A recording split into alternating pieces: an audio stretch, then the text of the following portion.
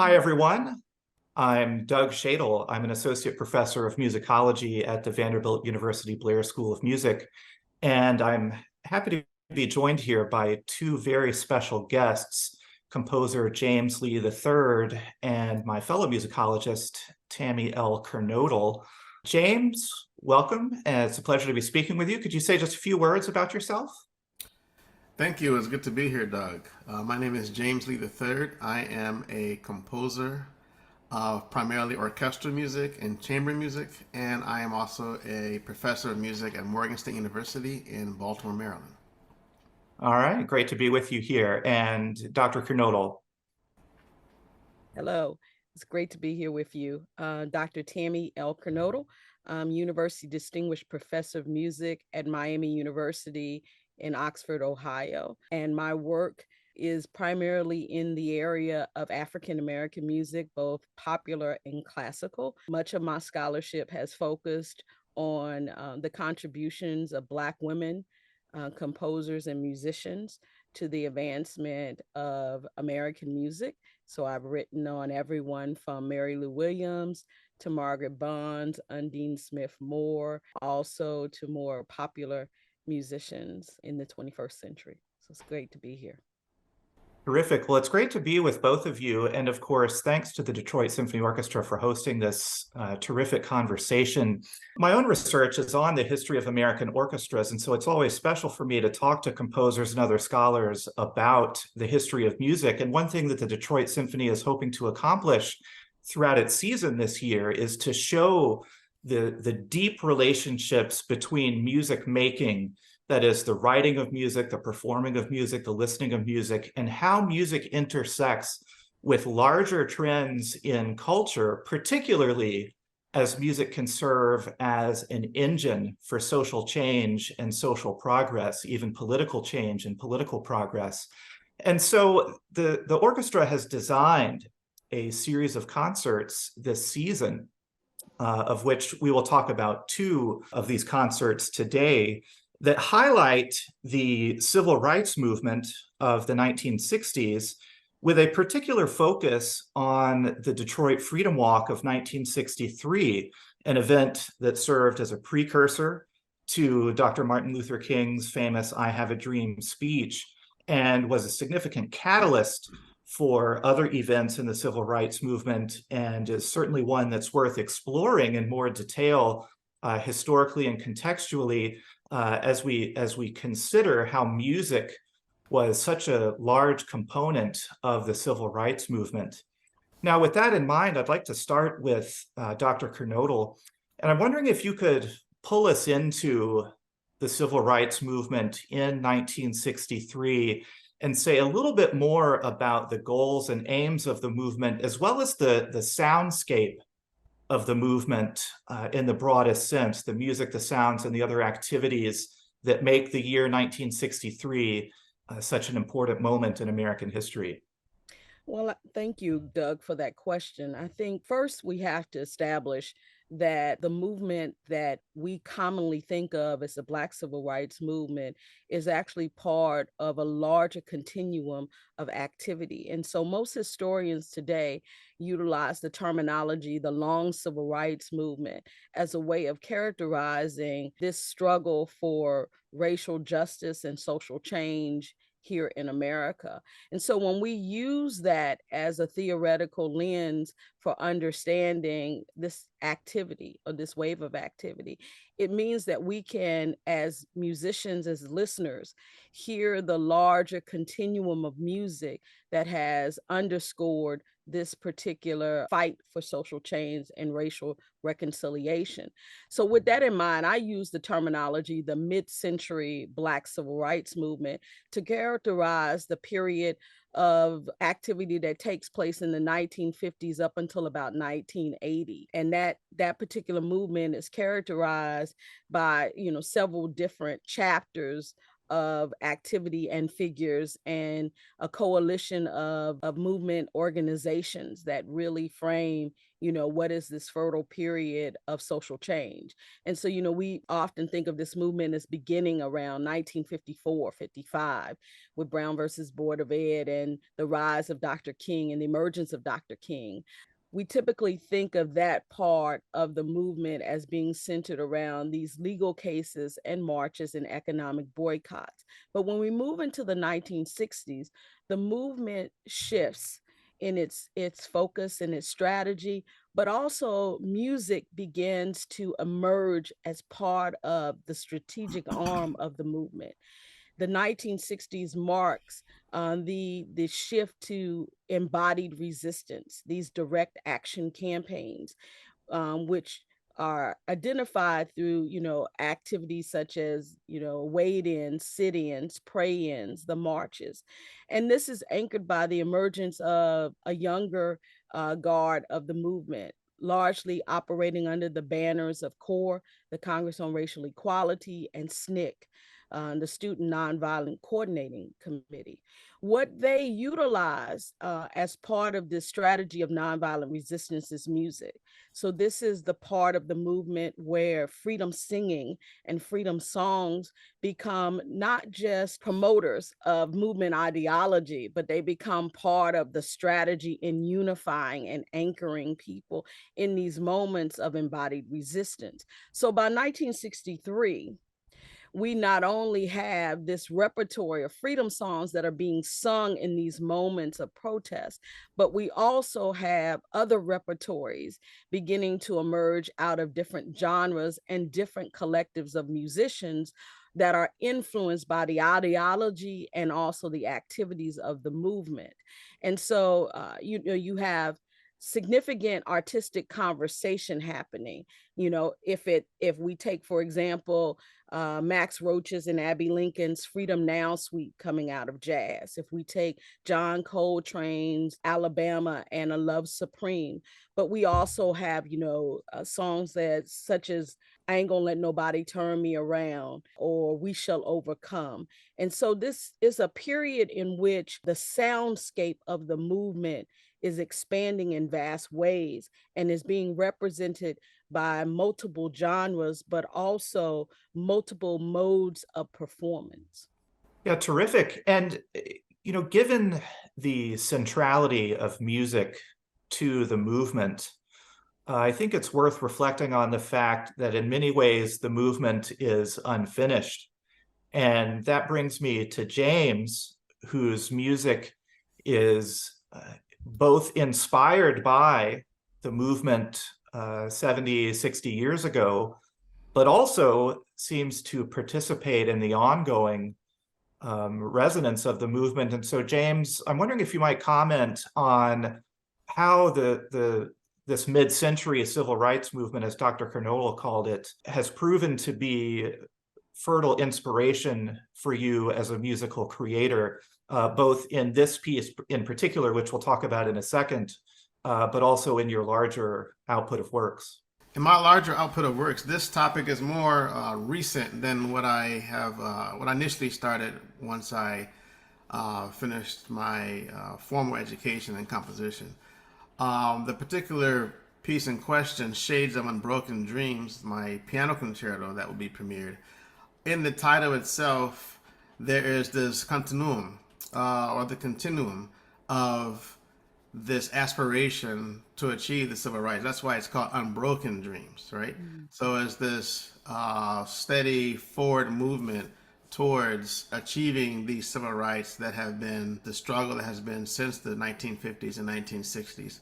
And of course, the shades, the different shades of brown or black or lighter skins or whatever that are continuing in their aspirations. So we have some of the same issues that existed then with racial justice and poverty, issues of inequality, even the criminal justice system. There are things like the recent affirmative action decision that was made in the Supreme Court in regards to higher education and trying to look for ways to achieve diversity in the student bodies. So music is one of those ways that it's this universal language that certain things cannot be spoken with words, but we as composers can kind of highlight certain issues that even though we may not have the particular legislative power, we can bring attention to certain issues that can hopefully really find genuine change. So in those issues that were happening back in the 1960s, we can still see some of those, or many of those things happening today, that it always seems to be a source of inspiration that we can really draw on the pathos, especially with the orchestra. I love writing for that particular medium. And the combination of orchestra and piano can really reach to like the inner soul of the individual, hopefully to provide conversations for a forward movement thinking where people are actually truly converted in terms of their true love and respect for each other, not just a lip service. Yeah, and I love what you said about the orchestra in particular, because there are some analogies between the orchestra as a large collective body, as Dr. Kernodle said, embodying these ideas and conveying these ideas in much the same way that a large group of people, without instruments but with their own voices, are cooperating with a single goal in mind. I mean, that's really, in my mind, what the image of an orchestra is really doing, is all of these people coming together with a particular focus in mind. And so I love that an orchestra, and then with the piano as well, is kind of a leader who moves in and out of the soundscape, is a very profound image. Now, I want to turn back to you, Dr. Kernodle, for a second. And you mentioned that during the mid-century, and particularly in the 1960s, there was an expansion of the soundscape across genres. And I think that brings us to the composer Margaret Bonds, who wrote one of the pieces in this series called Montgomery Variations. Margaret Bonds, for those listeners who may not know much about her, was very prolific and I think stylistically eclectic. Are a couple of ways to describe her musicianship. And so, Dr. Kernodle, could you say a little bit more about who Margaret Bonds was and what was her own relationship to this mid-century movement? Before I answer that question, can I say something about the point you just made about the representation of the orchestra and the piano? Because I think that in many ways it mirrors what was the act of freedom singing that we equate with sonically as our consciousness about the movement. You know, most of the singing took place in these mass meetings, and it was rooted in Black congregational traditions where you had someone leading the song, but it really was the body, the masses of voices coming collectively together. That was the transformational power of that music. And so when you were speaking about the relationship of the piano and the orchestra in this work of James, you know, it brought that to my mind because, you know, it's one of the ways in which this continuum of sound of freedom singing that has stretched from slavery until now can be heard and can be recognized. Now, in relation to your question about Margaret Bonds, so Margaret Allison Bond was born in 1913 in Chicago, Illinois. She's born into an ecosystem in Chicago that is rooted in civic engagement and activism, in Black intellectual activity. In fact, her mother, Margaret Bonds, and her father were activists, but also advocates and promoters of musical culture. Her mother was a celebrated organist, but also a teacher. And Margaret Bonds grew up in this bubble of Black exceptionalism, embodies everything that we think about as a child prodigy, and eventually made her way to Northwestern University, where she received a bachelor's degree and a master's degree, had set out on a vision of being a concert pianist, but was also influenced by the ecosystem she existed in to pursue composition. So she, you know, embodied a space that included Florence Price, William Dawson, William Grant Steele. In fact, Margaret Bonds, in one of the few accounts that she gives, talks about the fact that her mother's home became this epicenter of activity that drew most of the living composers of the early 20th century into her living room space. And so she was surrounded by this intellectual activity and very much was foregrounded by this kind of pan-African intellectuality that saturated Black Chicago in the 1920s and 1930s. And so when we talk about Margaret Bonds in 1963, at the time that she is writing Montgomery's Variations, this is a Margaret Bonds who has lived for a couple of decades in New York and been surrounded by individuals who really kind of align with the kind of Black radicalism that comes out of the civil rights movement as it begins to take shape in the 1950s. And so, she's very much influenced by Langston Hughes, who is not only a personal friend, but also a collaborator with her. She's influenced by Lorraine Hansberry. She's in the same circles that Odetta is in, also Nina Simone. And so she is surrounded by these intellectuals. And that really frames the consciousness that you will hear in her music. Now, I want to note that Montgomery Variations is one of several pieces from this period of the 50s and 60s that marks really Margaret Bonds's promotion of movement ideology, but really helps frame her as one of the voices of the movement.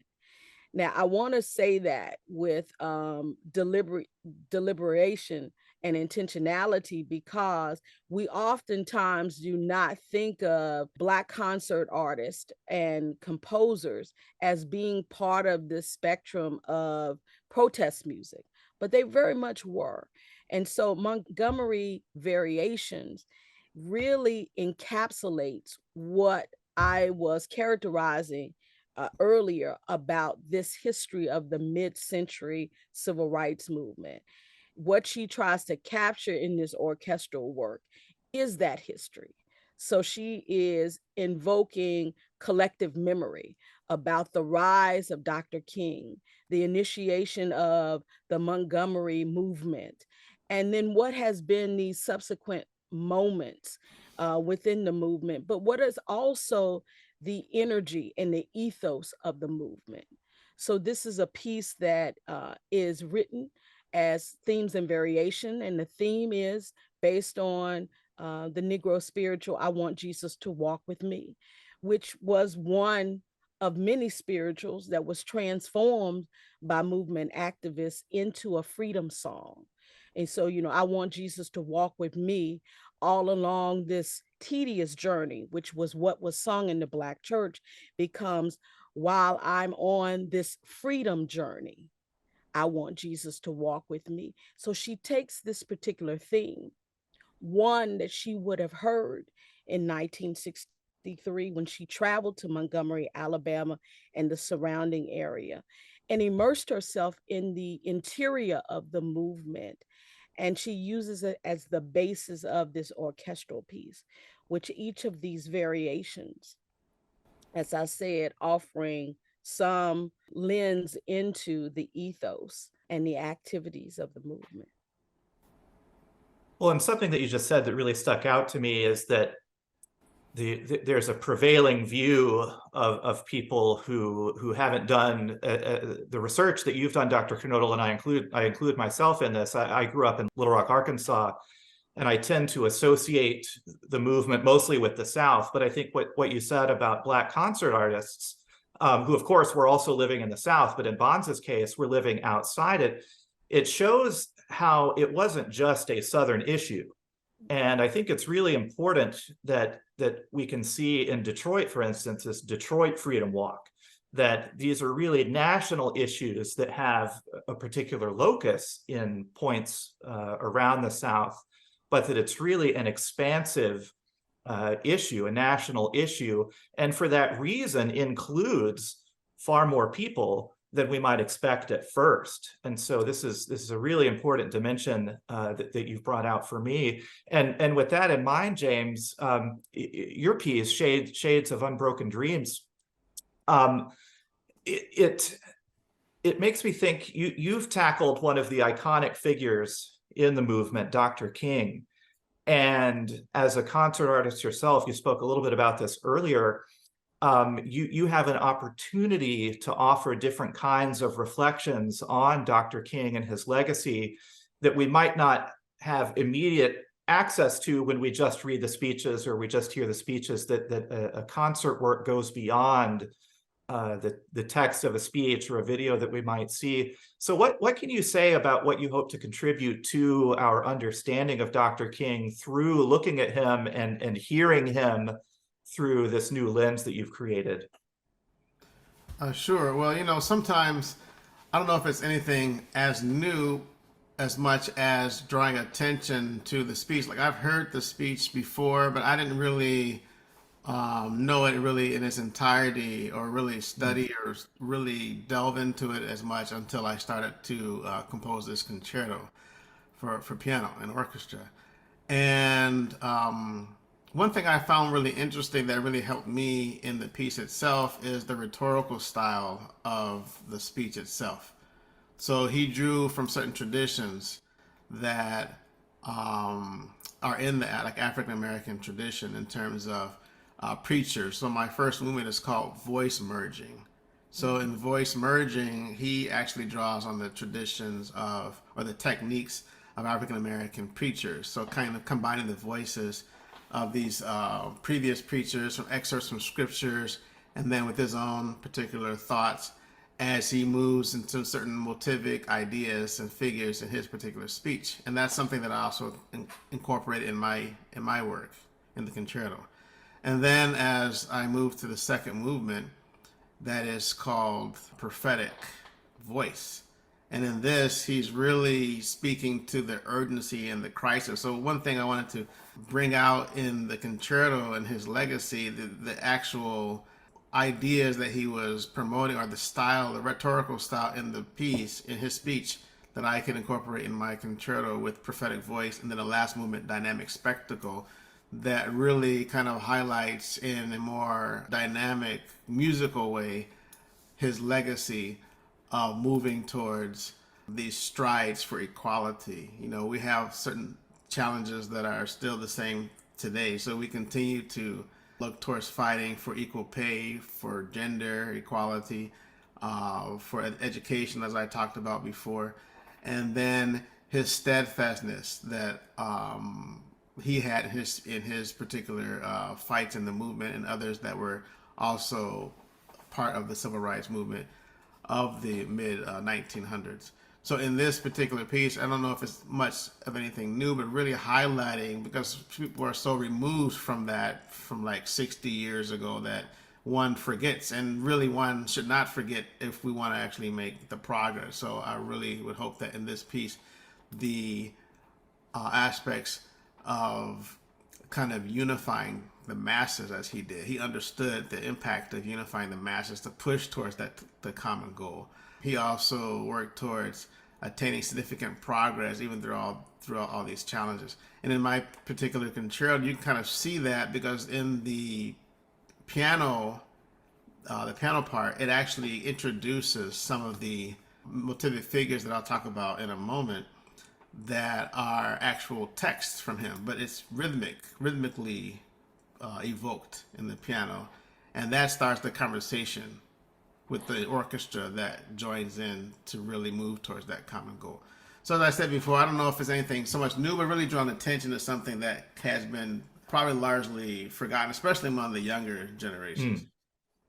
Yeah. Well, it's something I love about what you're saying is that today it's very easy to see a speech like the I Have a Dream speech as words on a page, but that in the moment, it's so much more than that. And there is even a musicality to the speech itself, which gives it inner meanings and even hidden meanings that are inextricable from it, that words on the page simply can't capture. And of course, sometimes we see today people who may or may not be that invested in civil rights excerpting passages from the speech to prove one point or another, but they may not really be capturing this inner essence that you might be able to approach through a musical lens with more sophistication and nuance. Now, because you've spoken about some of the specifics of the piece, I'd like to stay with you about this concerto. Could you elaborate a little bit more on something that listeners should keep an ear out for as they're listening? You mentioned these rhythmic motives that match the words, and one more thing that I'd say to prompt you is that when I hear your music, and for those who may or may not know more of your other music, it's very colorful in the orchestra. You really have a gift for how instruments work together and can set off from one another. And so I'm wondering if you could say a little bit more about not only this rhythmic construction, but also your approach to the sound of the orchestra in this particular piece. Sure. The working with the orchestra is actually my most favorite thing. I could write orchestral music forever. There's certain other media that I would not want to write for, but the orchestra is certainly one of those, well, the medium that I would always write for. And in this particular concerto, working with the piano, the orchestration tends to go from the very intimate and quiet to the very like Mahlerian or Shostakovich dense texture of brilliance and just this overpowering sound. And the work begins with a four-note motive in the strings. I have a dream, because certain parts of the piece I try to contrast this dream world with the idea of this forward movement march in the civil rights movement, but not always as obvious as a 4/4 meter march. So throughout the first movement and voice merging, I actually took some of his words and applied the rhythmic aspect of the cadence of his text to the actual piece itself with the piano part. So like 1,000 years later is something that comes about. I mean, not 1,000, 100 years later. So he talks about what was happening in slavery, and then up through the 1960s, and that's a certain cadence that continues. So I Have a Dream, the four-note motive is part of that first movement, and then the 100 years later is also a theme that really expands in such a way so that when we arrive at the cadenza, which is a extended passage for the piano to work with these two particular ideas, it really works them out until we get to this big climax in the work, and then it just kind of dies away. And then once we move to the second movement, you might expect the second movement of a concerto to be a little more calm, at least in the opening, and just more reflective and expansive. But in my second movement, since the title is Prophetic Voices, I actually, because what happened is that he kind of alluded to Old Testament figures and Old Testament prophets. So when you have this idea of the prophetic voice, I imitated the idea of the Hebrew shofar in the piece. So it's like this call to action at the beginning of the second movement, where there's this extended brass fanfare, and then there's unity among the strings that evoke the idea of unity in the movement to achieve the goals that were espoused. So once that orchestration of the strings continue in unity into this big climax, then we get to the gentle, nonviolent nature of Dr. King in terms of wanting to move forward without feeding into certain lies or mistruths about what was actually happening in terms of wanting to be violent, but more of a non-violent movement. So you have this very simple chorale-like, almost evoking an idea of a church hymn in the piano that begins the principal figure for that. And then once that particular melodic figure in the piano continues, then we move on to more senses of urgency and anguish throughout the second movement that is contrasted with moments of calm and prayer, a prayerful attitude. And then once we end the second movement, then it moves attacca into the third movement. So there's no break at all. It goes right into the third movement with this kind of evocation of a cadenza-like passage in the piano, which gets us to dynamic display.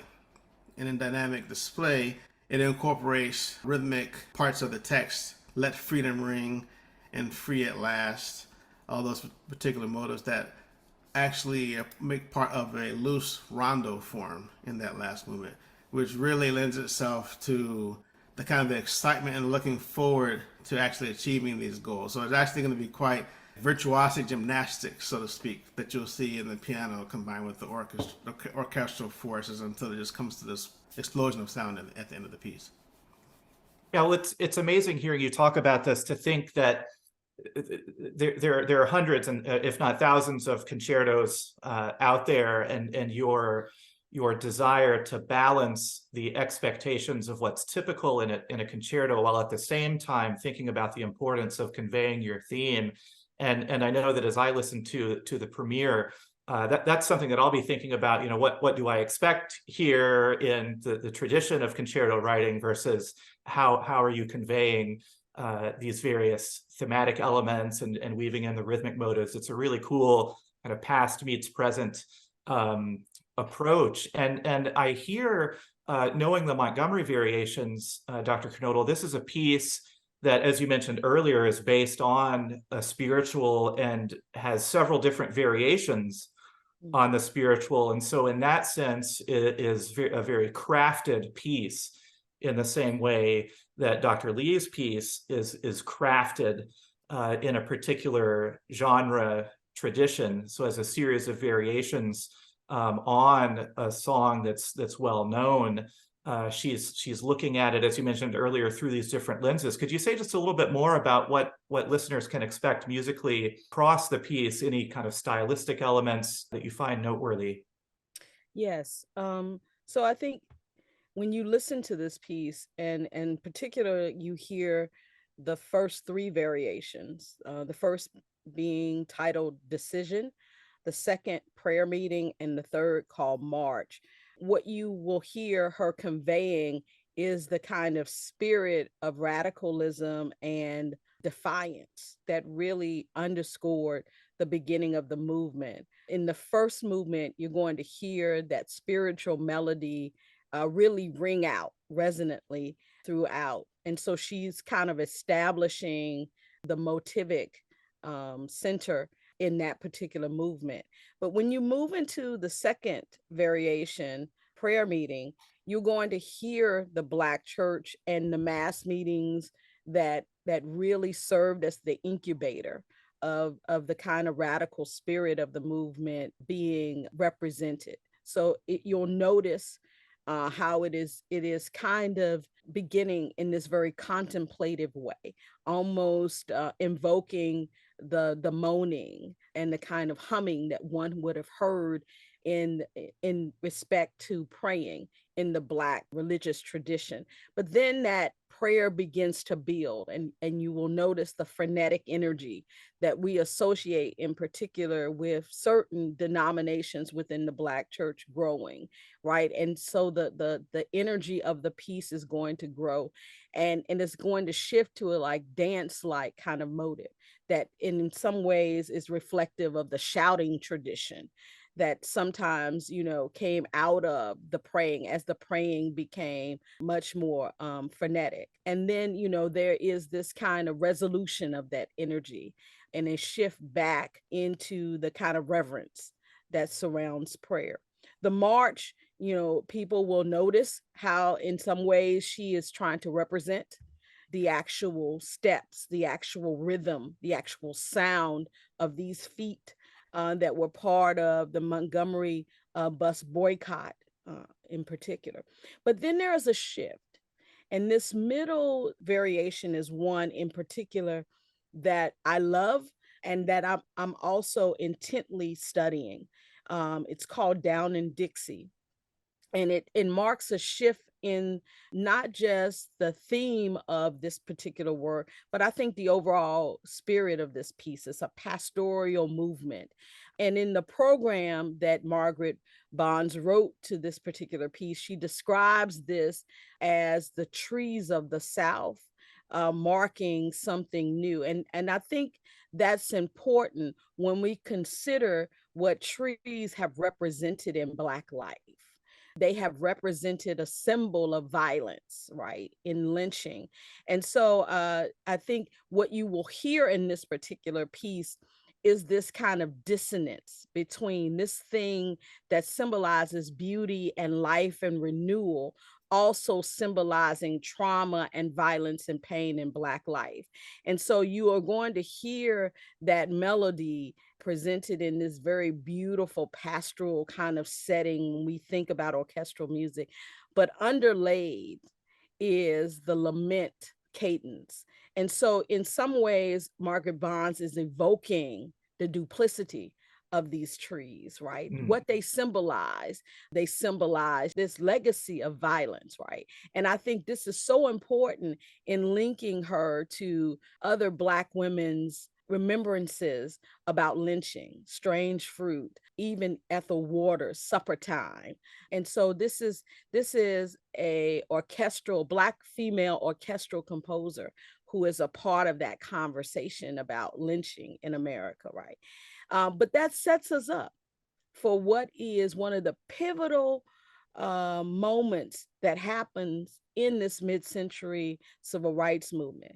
On one hand, you have James' piece that is capturing the high point of the movement, the March on Washington, because that particular moment really amplified to global audiences what was this fight for civil rights. But 2 weeks after that glorious moment, and King presenting what was his vision of a new America, an integrated America, you have the bombing of the 16th Street Baptist Church, which kills 4 little girls in their Sunday school class. And so Margaret Bonds invokes this moment of violence in this 5th variation. And so we have her in many ways capturing, as I said, historically, what is this signature moment in the movement, which is going to mark for us historically what is then a series of violent events that is going to change the course of America socially and politically, right? And so, we have this shifting in tone and in feeling, and the remainder of the movements or variations is about reckoning with this moment, about prayer. And she ends this piece with beautiful benediction, which, is not just about mourning, but it's also about hope, and the hope of things maybe being different and what they will come to be. And so this piece really historicizes what is this early history of the movement from 1955 up until really 1964, because after this work is completed in 64, the orchestration, Margaret Bonds not only is writing another work that is looking at the movement, but the movement itself has shifted and changed.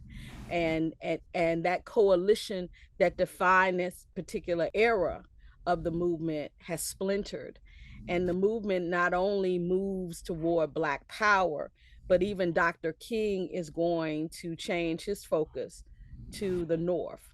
And it will birth what is this Northern aspect of the movement, which will take us into the 1970s.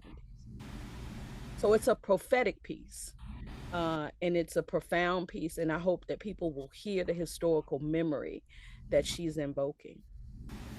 Well, and what you've just said, Dr. Kernodle, is just an incredible linkage to Dr. Lee's piece. And as I hear both of you talking, I'm just really struck by how both of these works manifest the goals of the Detroit Symphony, and showing how music can crystallize the feeling, the experience of a moment in time, but I think also can transcend that moment. And that's why the Bonds work can speak to us newly today, but then also why James's piece offers a fresh take on the past. And so as dialogue partners that use some of the same concepts but sound very different, I think it's such an incredible pairing and a powerful pairing for this deeper reflection and even an exploration of this profound moment in American history. And I'd like to to close a bit by asking first Dr. Lee and then Dr. Kernodle, is there anything else, perhaps briefly, that you haven't been able to say about the pieces or your experience that you feel like people should know? What is there that we've missed, if anything? Oh, well, maybe I'll say a little bit about how this came about, the project came about. I've had a relationship with the Detroit Symphony since I was a student at the University of Michigan, where they played a piece of mine in a reading session in 2001, I think it was. So from that relationship and having worked with them, when I had the opportunity to write another piece that really is a relationship to African American, Native American history, my piece American that was premiered. When I went through those series of concerts, I was talking with Alexandria, the pianist, and we were just talking about our work as musicians. And then she mentioned that she hadn't seen on my website any concerti for piano, but only solo piano works. And we had a conversation, and in that conversation, we mentioned it again at dinner after one of the premieres. And there was when the seed was, I guess, planted, and then the administration actually was interested in that idea as well, fortunate for us. And then we were able to be where we are now in producing a work that really highlights the struggle for people to really have opportunities, even in our industry and the arts. And it's more than just African Americans. There's also dealing with women and representation for women in terms of being heard as composers or as performers, and women of color as well, who are really being able to express themselves on the same level as others who have traditionally been able to have the opportunities to be heard.